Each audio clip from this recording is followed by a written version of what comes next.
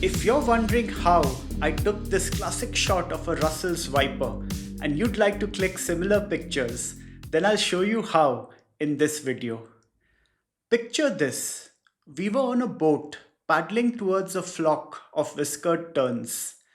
The water was calm, the weather was lovely, there was not a cloud in the sky.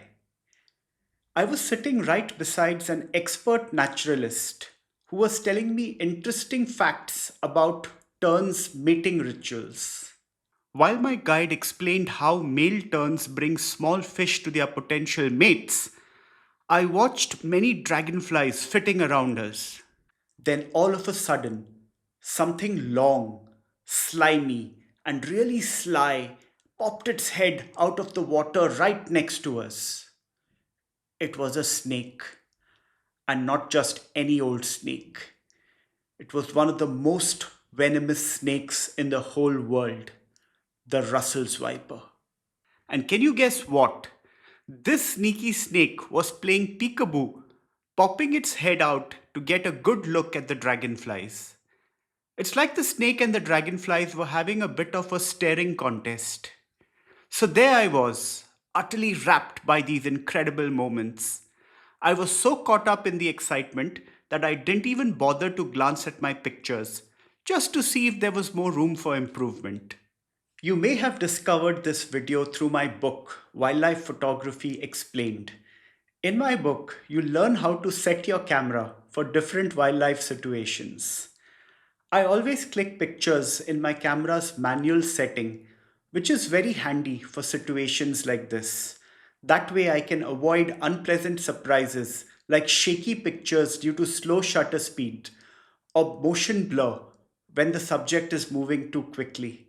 I set my ISO value at 800 for a fast shutter speed of 1/2500th of a second. The Russell's Viper was swimming quickly and we had to keep up with it, which meant that the boat was shaking a lot. A slower shutter speed would have resulted in motion blur. The exposure of these pictures is fine, but I set my aperture to 6.3 and off I went clicking. Sadly, this resulted in some of the dragonflies turning out totally blurry. This is because they weren't at the same plane as the snake. If I had closed down my aperture value to 11, I would have probably had a lot more detail on the dragonflies. Even though I know all this intellectually, it's often very difficult to make the best camera settings when I'm faced with an emotionally stirring photo opportunity like this one. I'm Girish Menon and I'm the author of Wildlife Photography Explained, Practical Tips from India's Jungles. I wrote this book with a clear goal in mind to show you that you don't need many months of planning or a long time away from work to enjoy wildlife. In fact, even a couple of days out in nature will bring you pure joy. Immerse yourself in breathtaking visuals and clear instructions to help you to click pictures of your own. If you don't have a copy already, then show your support by grabbing it now. The purchase link is waiting for you in the description below.